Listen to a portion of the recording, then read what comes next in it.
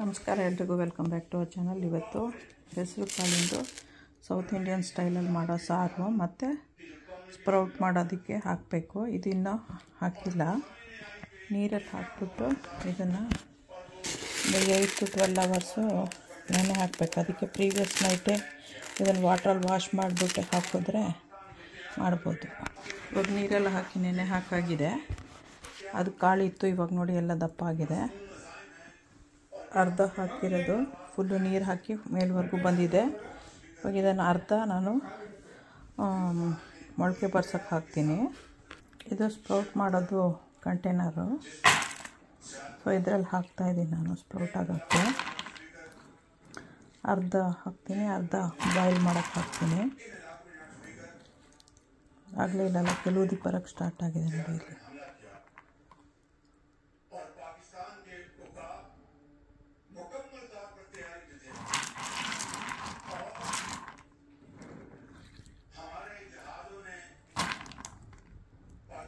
ನೀರು ಬೇಡ ಇದಕ್ಕೆ, ಸುಮ್ಮನೆ ಹಿಂಗೆ ತೆಗೆದು ಹಾಕಿ ಸ್ವಲ್ಪ ಡಾರ್ಕ್ ಪ್ಲೇಸಲ್ಲಿ ಇಟ್ಟರೆ ಬೇಗ ಬಂದ್ಬಿಡತ್ತೆ.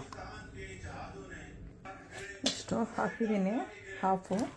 ಅದು ಮೊಳಕೆ ಎಲ್ಲ ಬಂದು ನೀಟಾಗುತ್ತೆ. ಇನ್ನು ಅರ್ಧ ಇಷ್ಟು ಬಾಯ್ಲ್ ಮಾಡೋಕ್ಕೆ ಹಾಕ್ತೀನಿ. ಇವಾಗ ಇದನ್ನು ನೀರೆಲ್ಲ ತೆಗೆದುಬಿಟ್ಟು ಹಾಕಿದ್ದೀನಿ. ಇವಾಗ ಹೊಸದಾಗಿ ನೀರು ಹಾಕ್ಬಿಟ್ಟು ಬಾಯ್ಲ್ ಮಾಡೋಕ್ಕೆ ಹಾಕ್ತಿದ್ದೀನಿ.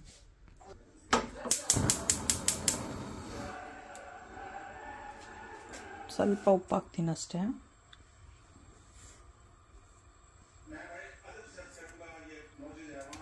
ಬಾಯ್ಲ್ ಮಾಡೋಕ್ಕೆ ಬಿಡೋಣ. ಥರ ಮುಚ್ಚಳ ಹಾಕಿದ್ದೀನಿ. ಒಂದು 30 to 40 ಮಿನಿಟ್ಸ್ ಇಟ್ಟು ಬಂದು ಚೆಕ್ ಮಾಡೋಣ. ಬೆಂದಾಯಿತು, ಸಾಕಿಷ್ಟು, ಜಾಸ್ತಿನೇ ಬೆಂದಿದೆ. ಇವಾಗ ಏನು ಮಾಡಬೇಕು ಅಂತ ಹೇಳಿದ್ರೆ, ಕೊತ್ತಂಬರಿ ಸೊಪ್ಪು ಹೆಚ್ಚಿಟ್ಕೊಂಡಿದ್ದೀನಿ, ಕರಿಬೇವು ಸೊಪ್ಪು ಕೊತ್ತಂಬರಿ ಸೊಪ್ಪನ್ನ ಹೆಚ್ಚಿಟ್ಕೊಂಡಿದ್ದೀನಿ, ಟೊಮೆಟೊ ಹೆಚ್ಚಿಟ್ಕೊಂಡಿದ್ದೀನಿ. ಇದು ಕರಿಬೇವು ಸೊಪ್ಪು ಇಷ್ಟು ಬೇಡ ಆದ್ರೂ. ಇದು ಇವಾಗ ಗ್ರೈಂಡ್ ಮಾಡೋಕ್ಕೆ ಏನೇನು ಹಾಕ್ಕೋಬೇಕು ಅಂತ ತೋರಿಸ್ತೀನಿ. ಇದು ಟ್ಯಾಮ್ರಿನ್ ಸ್ವಲ್ಪ ತೊಗೊಂಡಿದ್ದೆ. ಇದು ಸಾಂಬಾರು ಪುಡಿ, ಇದು ಅರಿಶಿನ ಮತ್ತು ರೆಡ್ ಹಾಟ್ ಚಿಲ್ಲಿ. ಸ್ವಲ್ಪ ಖಾರ ಇದು ಕಮ್ಮಿ ಇದೆ, ಅದಕ್ಕೆ ಇದು ಖಾರ ಸ್ವಲ್ಪ ಜಾಸ್ತಿ ಇರಲಿ ಅಂತ. ಆಮೇಲೆ ಬೆಲ್ಲ, ಸ್ವಲ್ಪ ಜೀರಿಗೆ, ಸ್ವಲ್ಪ ತೆಂಗಿನಕಾಯಿ.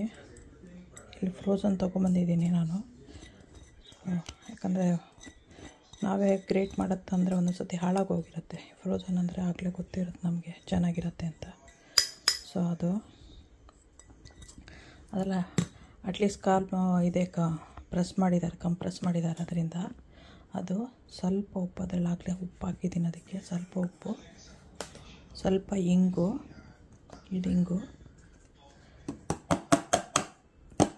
ಇದಿಷ್ಟು ಇದೆಲ್ಲ ಆಮೇಲೆ ಹಾಕ್ತೀನಿ. ಯಾಕಂತ ಹೇಳಿದ್ರೆ ಪಾಟಾಗಲೇ ಈ ಥರ ಕಲರ್ ಆಗಿಬಿಟ್ಟಿದೆ.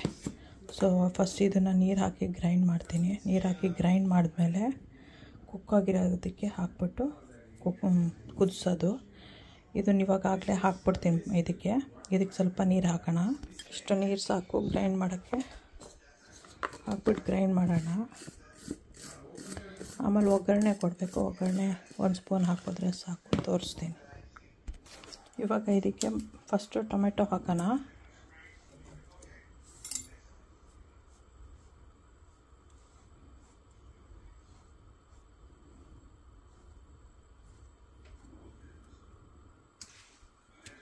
ಒಂದು ಸ್ವಲ್ಪ ಪೀಸ್ ಬೆಲ್ಲನೂ ಗ್ರೈಂಡ್ ಮಾಡೋಕ್ಕೆ ಹಾಕಿದ್ದೀನಿ. ಆಮೇಲೆ ಅರಿಶಿನ ಮತ್ತು ವೆರಿ ಹಾಟ್ ಚಿಲ್ಲಿ ಇದೆಯಲ್ವ, ಅದನ್ನು ಹಾಕೋಣ. ಸಾಂಬಾರು ಪುಡಿ ಹಾಕೋಣ. ಕರಿಬೇವಿನ ಸೊಪ್ಪು ಒಂದು 5-6 ಎಸಳು. ಸತಿ ಹೊಸದು ತಂದಿದ್ದೀನಿ ಇಂಡಿಯನ್ ಸ್ಟೋರಿಂದ. ಇದಿಷ್ಟು ಹಾಕಿ ಕುದಿಸೋಣ. ಅಷ್ಟರಲ್ಲಿ ಮಸಾಲೆ ಗ್ರೈಂಡ್ ಮಾಡ್ಕೊಂಡು ಬರ್ತೀನಿ.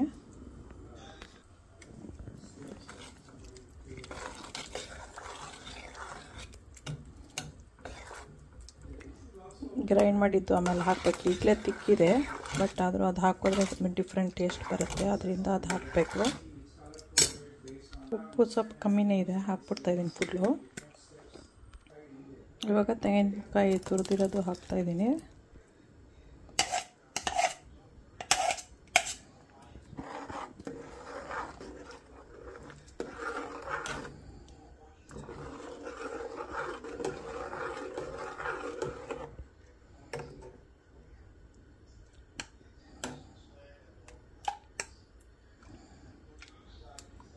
ಕುದಿಸ್ಬೇಕಷ್ಟೇ ಇವಾಗ.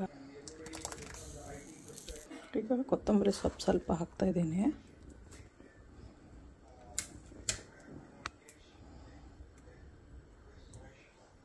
ಒಗ್ಗರಣೆ ಒಂದು ಸ್ವಲ್ಪ ಹಾಕ್ತಾಯಿದ್ದೀನಿ ಈಗಲೇ.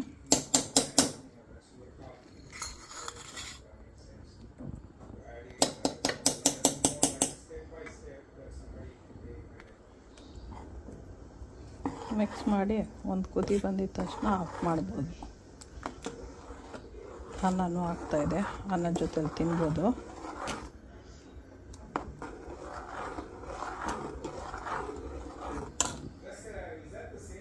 ಕುದಿಯೋಕ್ಕೆ ಸ್ಟಾರ್ಟ್ ಆಗಿದೆ. ಸಬ್ಸ್ಕ್ರೈಬ್ ಮಾಡೋದು ಮರಿಬೇಡಿ, ಲೈಕ್ ಮಾಡಿ, ಶೇರ್ ಮಾಡಿ. ಬೇರೆಯವ್ರಿಗೆ ಯಾರು ಬೇಕೋ ಅವ್ರಿಗೆ ಈಸಿ ಮೆಥಡಲ್ಲೇ ಹೇಳ್ಕೊಡ್ತಿರ್ತೀನಿ. ಯಾಕಂದರೆ ನಮ್ಮ ಮಕ್ಕಳು ಇಲ್ಲಿ ಹುಟ್ಟಿ ಬೆಳೆದವರು. ಸೊ ಅದರಿಂದ ಅವ್ರು ತೀರಾ ಇಂಡಿಯಾ ಥರ ಹುರಿದು ಮಾಡಿ ಎಲ್ಲ ಮಾಡಲ್ಲ. ಕೆಲಸಕ್ಕೆ ಬೇರೆ ಹೋಗೋದು ಎಲ್ಲ ಇರುತ್ತೆ.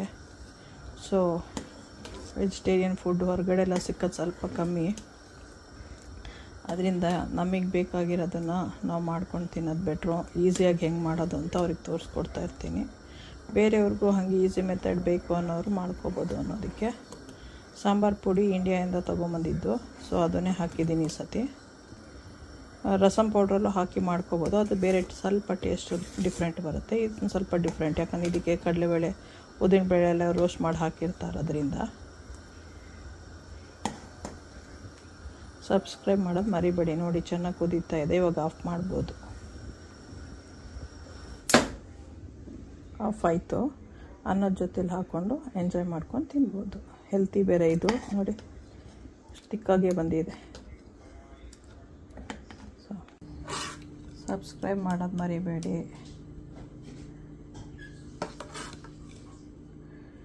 ಇದು ಹಬ್ಬದ ದಿನಕ್ಕೂ ಮಾಡ್ಕೋಬೋದು, ಯಾಕಂದರೆ ಜಿಂಜರ್ ಗಾರ್ಲಿಕ್ ಪೇಸ್ಟೆಲ್ಲ ಹಾಕಲ್ಲ, ಆನಿಯನ್ನು ಹಾಕಲ್ಲ. ಸೊ ಮಾಡ್ಕೊಂಡು ತಿನ್ಬೋದು. ಎಂಜಾಯ್. ಬಾಯ್.